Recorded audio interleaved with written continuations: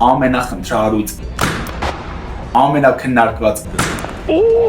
ամենաքննադատված ելնում եմ, ինձ չի հետաքրքրում։ Նրանք անգամ չեն էլ պատրաստվում շարունակել պայքարը։ Ո՞նց ես հանեմ շպրտեմ դեմքի։ Հենց իրենք են շոուանում։ Այն մեկը դախ է։ Նա լարված է, նա կարծես կարկամած լինի։ 3 մասնակիցների միջև ձայները հավասար են բաշխվում, խաներն են վախեցած մասնակցում այս խաղին եւ փորձում են պաշտպանել իրենց վերարտադրողական համակարգը։ Պիտական աճ տեղին։ Փորձում է խաբել Ռաֆին, բոլորեցնել։ Բարձր մեր որ ստում է։ Ունենք հաղթող Ստյոպ եւ ունենք Ռաֆը, որը զիջել է իր հաղթանակը Ստյոպին։ Ողջույն, ես Արմանն եմ եւ այս ալիքում ես մեկնաբանում եմ հայկական ռեալիթի շոուները։ Այսօր մենք շարունակելու ենք միասին դիտել Arm Games սեզոնների բախում հատուկ թողարկումը եւ մեկնաբանել տեղի ունեցողը։ Ովքեր բաց են թողել հաղորդման առաջի կեսի վերաբերյալ իմ մեկնաբանությունները, կարող են գտնել հաղորդումը իմ ալիքում, փղումը ես կթողնեմ այս տեսանյութի ներքո։ Իսկ դուք բաժանորդագրվեք իմ ալիքին, քանի որ այստեղ լինելու են բոլոր հայկական ռեալիթի շոուների վերաբերյալ մեկնաբանություններ։ Իդեպ մարտի 5-ին լինելու է նոր աննախադեպ ռեալիթի շոուի մեկնարկ Armenia TV եթերում, դարձյալ Arm Games-ը այս անգամ աստղերն ընդդեմ բլոգերների ձևաչափով։ Ես պատրաստվում եմ նաև հատուկ թողարկում անել նախքան մարտի 5-ը եւ ձեզ պատմել, թե ովքեր են այդ նոր ռեալիթիի մասնակիցները։ Իսկ մինչ այդ շարունակելու ենք դիտել եւ մեկնաբանել սեզոնների բախում հատուկ թողարկումը։ Գնացինք։ Նախորդ թողարկումը մենք ավարտել էինք այն դրվագում, երբ Լեդիանին ցավից պառկած էր հատակին, իսկ կապույտները ցնծում էին տոնելով իրենց հաղթանակը։ Եվ այսպես 3 խաղ անընդմեջ հաղթում են կապույտները եւ նարնջագույնները դարձյալ ստիպված են լինելու 1 կամ 2 մասնակից հեռացնելու իրենց շարքերից։ Вот։ Ահա։ Այս անգամ արդեն Arm Games-ի այսպես այցեքարտը դարձած քեյսերն են խաղարկվելու, ինչը մեզ սպասվում։ Քեյսերի մեջ կան կանաչ եւ կարմիր քարտեր, այսինքն նրանք, ովքեր կհանեն կանաչ քարտերը, կշարունակեն պայքարը, ովքեր ոչ, կարմիր քարտի դեպքում կլքեն խաղը։ Բայց նրանք գիտենք, որ նաև կա մի յուրահատուկ քարտ, եւ այդ քարտի նշանակության մասին կիմանանք քիչ անց։ Առաջինը քեյսը բացում են Լեդիանին, նրա մոտ կանաչ քարտը եւ կարծես թե նա այդքան էլ ուրախ չէ այդ քարտի կապակցությամբ, այսինքն տպավորություն է, որ նախորդ ցավոտ ֆիզիկական, բառից ֆիզիկական իմաստով ցավոտ պարտությունից հետո Անին կարծես չի ցանկանում շարունակել պայքարը։ Հաջորդը նրա ընկերուհի Մինյոնն է բացում քեյսը եւ այնտեղ կարմիր քարտ է։ Բայ արա։ Նշանակում է, որ Մինյոնը այս փուլում խաղը լքում է, բայց ոչ նախագիծը դեռ եւս։ Այնուհետև Լիլիթ Բավիկյանը եւ Կարեն Հովանեսյանն են բացում քեյսերը, նրանց մոտ եւս կանաչ քարտը եւ մնում են Էման Սապունջյան եւ Հյուգոն։ Միաժամանակ բացում են քեյսերը, Հյուգոյի մոտ կանաչ քարտը, իսկ Էմայի մոտ յուրահատուկ ռևերսի քարտ է։ Ինչ է նշանակում ռևերս, տեղերով շրջել, տեղերով փոխել։ Այսինքն Էման հնարավորություն ունի մասնակիցներին, իր թիմի մասնակիցներին տեղերով փոխել։ Այսինքն բոլոր նրանք, ովքեր դուրս են եղել մինչև այս խաղը պայքարից եւ բոլոր նրանք, ովքեր դեռ պայքարում են, Էման կարող է տեղերով փոխել։ Կարամ ասեմ, ես добровольно Ես ուզում եմ Էմանը որոշում։ Եվ այստեղ Լեդիանին հանդես է գալիս ինքնաառաջադրմամբ, այսինքն նա առաջարկում է, որպեսզի իրեն հեռացնի Էման պայքարից եւ իր փոխարեն վերադարձնի ում որ ցանկանում է։ Սա Էմայի համար խելամիտ է թվում եւ նա Անիին փոխում է Ռաֆով։ Այսպիսով նանջագույնները պետք է մասնակցեն 4-րդ խաղին Էմա, Լիլիթ, Կարեն, Հյուգո, Ռաֆ կազմով։ Կապույտներից նրանք ընտրում են 5 հոգու, որպեսզի մասնակիցների քանակը հավասարվի երկու թիմերում խաղի շրջանակներում եւ այսպես կապույտներից խաղին պիտի մասնակցեն Լիլիթը, Ստյոպը, Ռաֆը, Ռիփսիմեն եւ Լևոնը Մկրտչյան։ Խաղի ընթացքում մասնակիցները պետք է անդադար ցատկելով նետեն մեծ գնդակներ տակառների մեջ եւ այն թիմն է հաղթելու, որը առաջին 3 գնդակը կկարողանա տեղավորել տակառների մեջ։ Խաղի հենց սկզբում նարնջագույններին հաջողում է առաջին գնդակը նետել դիպուկ եւ դա Կարենի շնորհիվ է, նրա դեմ մրցում է Լիլիթը Գալստյան կապույտների կողմից եւ նա մի փոքր ուշացումով, բայց եւս կարողանում է նետել իր առաջին գնդակը։ Եվ դրանից անմիջապես հետո, այսինքն դրա հաջորդից նետած գնդակը եւս հայտնվում է տակառում, սակայն սա կանոններից դուրս է եւ դա չի հաշվում, որովհետեւ պայմանն այն էր, որ մասնակիցը առաջին իսկ հաջող նետումից հետո պիտի դուրս գա եւ նրան փոխարինի մեկ այլ թիմակից։ Հաջորդը Ստյոպն է կապույտներից անցնում խաղի եւ նրան էլ է հաջողվում շատ արագ նետել գնդակը։ Նրանից հետո գալիս է Լևոնը Մկրտչյան եւ երրորդ գնդակը կապույտների հաղթական գնդակը հենց նրան է հաջողվում նետել տակառի մեջ։ Это игра, Ապշեցուցիչ է, բայց դարձյալ կապույտները հաղթում են։ 4-0 է ընդհանուր հաշիվը։ Անկեղծ ասած, սա հերթադիտողի համար այդքան էլ ուրախալի չէ, որովհետև մենք ուզում ենք տեսնել թեժ պայքար, թեժ մրցակցություն, այնինչ երկրորդ եթերաշրջանի մասնակիցները անդադար հաղթանակ են տանում։ Սա գուցե նրանից է, որ նրանք վերջերս են ավարտել իրենց եթերաշրջանի նկարահանումները եւ դեռևս նրանց մեջ այդ պայքարի ոգին դեռ կա արկա է եւ նրանք գուցե սպորտային իմաստով, հա, մարզական այսպես լավ կարգավիճակում են, իսկ նարնջագույնները արդեն մոռացել են ինչ բան է թիմը, ինչ բան է պայքարը եւ գուցե այդքան կարեւոր չէ հաղթանակ տանելը։ Ամեն դեպքում ունենք այն, ինչ ունենք եւ նարնջագույնների կազմից դարձյալ պիտի մեկ կամ մի քանի մասնակից հեռանա։ Այս անգամ եւս նորովի է այդ մասնակիցների ընտրության հարցը եւ ոչ թե ընտրություն է, այլ խաղի միջոցով պիտի առանձնանան ընդամենը 2 լավագույնները, որոնք շարունակելու են պայքարը, իսկ մնացած 3-ը լքելու են խաղը։ Խաղի ժամանակ լավագույն արդյունքը ցուցաբերում են Ռաֆը եւ Հյուգոն եւ հենց նրանք են, որոնք դեռևս նարնջագույնների պատիվը պահելու հնարավորություն ունեն։ Եվ այսպես 5-րդ խաղ վերջին խաղը փաստացի թիմերի կազմով եւ Ռաֆն ու Հյուգոն իհարկե ընտրում են 2 մասնակից մրցակից, ովքեր պիտի պայքարեն իրենց դեմ եւ նրանք ընտրում են Աղունիկին եւ Հայդալեկին, նույն ինքը Ռաֆոին։ Այնտեղ շուստր մարդ չկա, просто подонок մարդ կա։ Այն մեկը դախա, այն մեկը թեթև, չեն կարանա։ Ու իրանք իրար вообще թշնամիներ են։ Լուրջ։ Խաղից առաջ մենք տեսնում ենք, թե ինչպես են Ռուզիկն ու Լիլիթը ծաղրում, բացահայտ ծաղրում իրենց մրցակիցներին։ Իրականում այս երկու մասնակիցները այն բացառիկ դեմքերից են, ովքեր բավականին սուր, համարձակ հայտարարություններով են հանդես գալիս։ Ո՞նց հանեմ շպրտեմ դեմքի։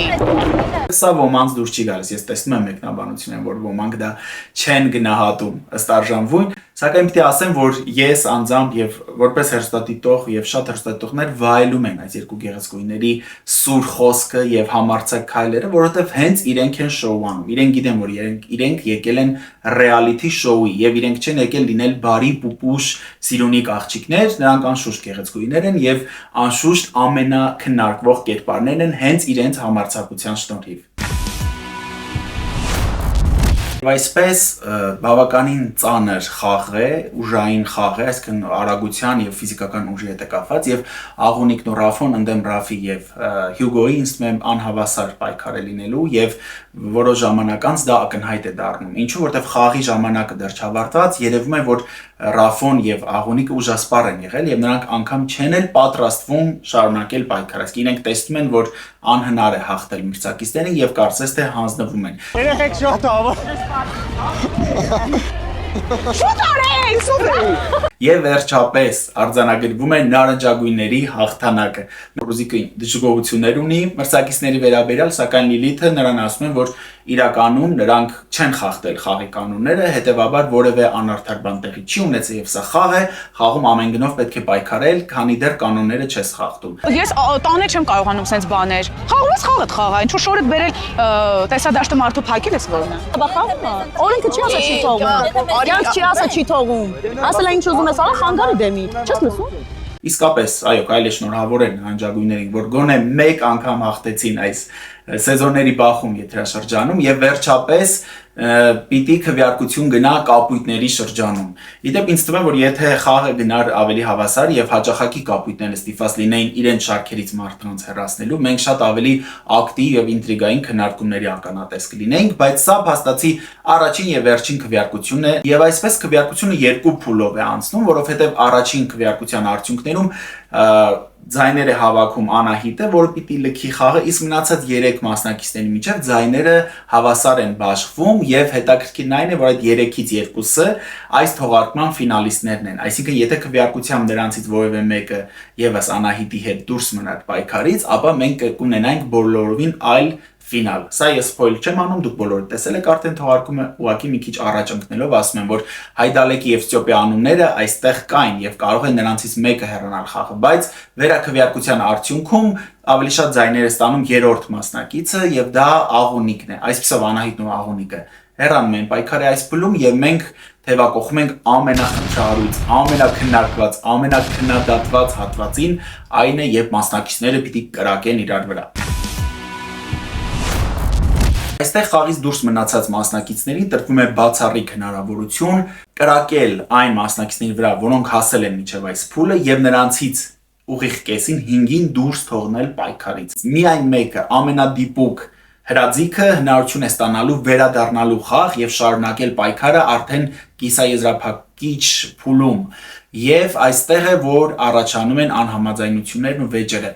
Ախպեր ես է 3 ունեմ, ելնում եմ, ինձ չի հետաքրքրում։ Բացատրեմ թե ինչ է տեղի ունեցել։ Իրականում եթե հավասար պայքար լիներ եւ թե կապույտներից թե նարնջագույններից գրեթե հավասար թվով մարդիկ դուրս եկած լինեին, ապա ենթադրվում էր որ նրանք սկսեին կրակել այն մասնակիցների ուղղությամբ, ովքեր քվեարկել եւ հեռացրել են իրենց պայքարից։ Սակայն կրակողների շարքերում մենք ունենք 7 նարնջագույն մասնակից եւ 2 կապույտ համազգեստով մասնակից։ Սա նշանակում է, որ բնականաբար նարնջագույնները թիրախավորելու են ոչ թե իրենց թիմակիցներին, որոնց ձայնով իրենք դուրս են եկել պայքարից, այլ կապույտներին։ Եվ հենց այդպես էլ լինում է։ Թեև մասնակիցները ունեն հատուկ համազգեստ, բայց նույնիսկ դա չի պաշտպանում նրանց այս հրացանային դաղոցներից։ Կապույտները հատկապես խիստ դժգոհում են այս խաղից եւ համարում են այն անարդար։ Ես ինձ հաղթող չեմ, չգիտեմ ինչ եմ զգում, զոհ, պարտված, չմոտ, նվաստ։ Ես նրանց բարկությունը հասկանում եմ, մասամբ կիսում եմ, բայց նաեւ հասկանում եմ, որ ARM Games-ը դա ուղղակի սպորտային պայքար չէ, որտեղ արդար զուտ ֆիզիկական կարողություններով օրինակ որոշվի թե ով է անցնելու հաջորդ փուլ, սա reality show է, որտեղ շատ կարևոր է անակնկալի կոմպոնենտ, այսինքն մասնակիցները մշտապես պիտի լինեն անորոշության մեջ, նրանք չպիտի իմանան թե ինչ է լինելու հաջորդի, որպեսզի պատրաստված չլինեն եւ կարողանան տարատեսակ հույզեր ապրել, եւ հենց այդ հույզերի համար ենք մենք սիրում reality-ները։ Մի խոսքով ամեն ինչ արված է հերոստատիտողի հաճույքի համար, բայց այս անգամ այդ հաճույքը ցավոք սրտի մասնակիցներին ցավեցնելու գնով է լինում։ Ռիժինի սպանեք։ Ասում եմ փորից ներքև ախփում։ Իսկ ձևեն դաղ է։ Եվ անգամ Մարիամն է Ալեքսանյան քննադատում Արամին։ Դա ասելու եմ եւ կասեմ։ Անհնար էր որ հաղթող մասնակիցները կանգնեն ու իրենց կրակեն պարտվող մասնակիցները։ Պետք է պարտվողները կանգնեին ու հաղթողները որոշեին։ Այո, բայց Այո, չի, դա սխալ է, ես վստահ եմ որ հանդիսատեսն է դա այդպես իմ կարծիքին։ Ակնհայտ է որ հատկապես տղաներն են վախեցած մասնակցում այս խաղին եւ փորձում են պաշտպանել իրենց վերարտադրողական համակարգը։ Դե ոնց որ խաղը խաղ, բայց երեխաներ ունենալու ցանկություն երևի թե շատերն ունեն։ Լևոնին կպավ։ Մի քիչ էլ էր ներքև պետք։ Ռաֆը նեղանում է Մինյոնից, որ նա լինելով իր թիմակիցը հենց իրեն է թիրախավորել, իսկ Մինյոնը փորձում է բացատրել, որ այս կետից սկսած այլևս անհատական պայքարի փուլ է եւ այլևս չկան թիմեր, ուստի ամեն մարդ պիտի փորձի դիպուկ կրակել եւ ստանալ հնարավորություն շարունակելու պայքարը։ Ախպեր վիվը ինչ կապ ունի, ստել գույն չէինք որպես խաղում, չէր ջոգում։ Ախպեր հա չուզողությամբ կամ էսի բացել ես, պետք է բաննաս։ Ոչ, չուզողություն չի այդտեղ, ուղղակի Իդեպ ամենադիպուկ կրակողը նարնջագույններից է եւ Լիլիթ Բավիկյանն է, նրան է հնարավորություն տրվում միանալու այն հնգյակին, որոնց հաջողվել է խուսափել բավարար կրակոցներից եւ այսպիսով մենք ունենք 6 հոգի, ովքեր պիտի կիսաեզրափակիչ փուլում արդեն անհատական պայքարում մրցեն հաղթանակի համար։ Նրանք են Ռուզիկը, Լիլիթը Բավիկյան եւ Վարդը, տղաներից Ստյոպը, Հայդալեկը եւ Հյուգոն։ Վիճակահանության միջոցով ձևավորվում են մրցող զույգերը եւ այնպես է ստացվում, որ բոլոր զույգերում տղան աղջկա դեմ է մրցելու։ Առաջինը մրցում են Ռուզիկն ու Ռաֆոն եւ նրանց նպատակն է վազքուղու վրա անդադար շարժվելով տրաքացնել փուչիկները հատուկ դարձերի միջոցով։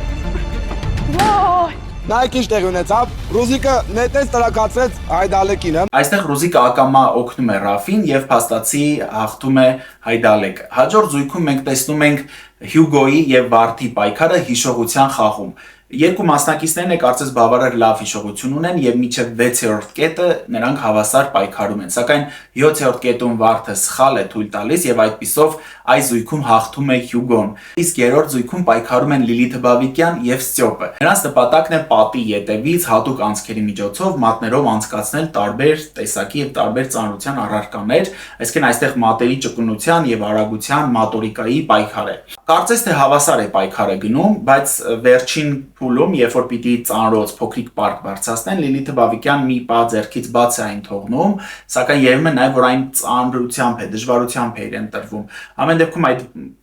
գցելը կարծես ճակատագրական է դառնում եւ այստեղ էլ հաղթում է Ստյոպը։ Այսպիսով ունենք 3 տղա հաղթող եւ տղամարդկային, այսպես ասած, ֆինալ է մեզ սպասվում եւ ֆինալիստները պիտի պայքարեն միմյանց դեմ հանուն հաղթանակի։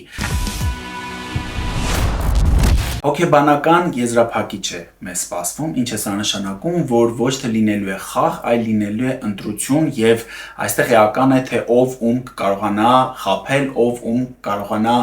մոլորեցնել։ 3 кейսեր է բաժանված ֆինալիստներին եւ վիճակականությամբ որոշվել է թե այդ 3-ից ով չի տեսնելու ինչ կա իր кейսի մեջ եւ դա Ռաֆոն է։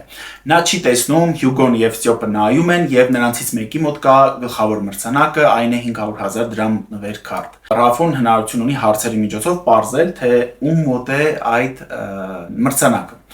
Նա սկսում է հարցեր տալ եւ այստեղ ակնհայտ է դառնում, որ Հյուգոն փորձում է խաբել Ռաֆին, փորձում է մոլորեցնել, իսկ Ստյոպը քչախոս է, նա լարված է, նա կարծես կարկամած լինի եւ առանձնապես շատ չի մտնում երկխոսության մեջ։ Առաջին իսկ հարցերից կարծես թե ակնհայտ է դառնում, որ Ռաֆոն հասկանում է, որ Ստյոպի մոտ է մրցանակը։ Ամեն դեպքում շարունակում է դիալոգը Հյուգոյի հետ եւ հարցնում է նրան թե ինչ գույնի է այդ առարկան քո кейսում, Հյուգոն անմիջապես չի պատասխանում։ Գունային գաման սպիտական աչ տեղին սխալել ինչ կա ասում Նա երկարացնում է իր պատասխանը, զգացում է, որ այսպես ոտքի վրա հորինում է եւ դա ակնհայտ է, որ նա փորձում է Ռաֆին շփոթեցնել, մոլորեցնել։ Եվ ի վերջո Ռաֆը ընտրում է վերցնելու, այսինքն փոխելու իր кейսը Հյուգոյի кейսի հետ։ Այդ փոխատեղումը տեղի է ունենում եւ դրանից հետո Արամը հնարավորություն է տալիս Հյուգոյին ընտրելու։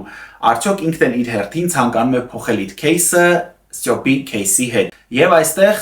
Հյուգոն ասում է այն, ինչ ասել են բոլոր նախորդ ֆինալիստները։ Ես կարծում եմ փոխելը միշտ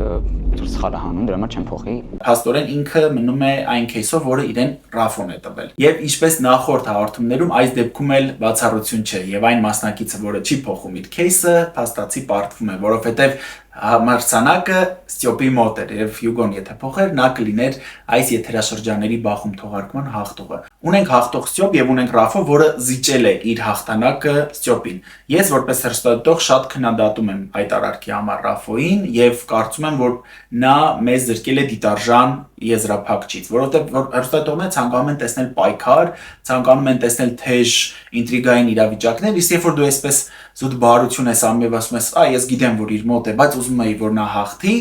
այդ պայքարը, այդ թեժությունը մենք չենք տեսնում։ Իդեպ սրա վերաբերյալ ես հարց եմ տվել հենց իրեն Ռաֆոին, լսենք թե նա ինչպես է մեկնաբանում իր արարքը։ Ռաֆ, ֆինալը նայելուց տպավորություն ունեմ, որ դու հստակ հասկանում ես, որ գումարը Ստյոպի մոտ է եւ զիջում ես, ճիշտ եմ հասկացել։ Եթե այդպես է, ինչու։ Հա, զիջում եմ։ Ես կուզեի չհասկանայի ու պատահականությամբ սկզբունքով sense ռիսկի գնալով փոխեի, բայց քան որ հասկացա, որ իր մոտ է, sense իր հայացքից, sense բարձր էր, որ ստում է, ինչ որ մի բան նիտու է, sense լարված է, դրա համար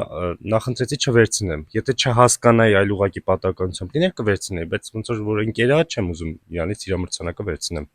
Ես որպես դիտող նայում եմ ու բարկանում եմ, ասում եմ ինչի Ռաֆը չի պայքարում հաղթանակի համար։ Օրինակ հնարավոր չէ դու հաղթեիր, բայց թեկուզ մրցանակը նվիրեիր ընկերոջդ։ Ինչի այդպես որոշեցիր։ Թե չէ, այտենց մի քիչ ավելի ձևական կլիներ ուտել։ Սենց ավելի ինձ թվում է ավելի արդար է սենց իմ կողմից, իմ տեսանկյունից, թող ոչինչ հաղթի, ինձ կարևոր է միշտ մասնակցել Arm-Games-ին։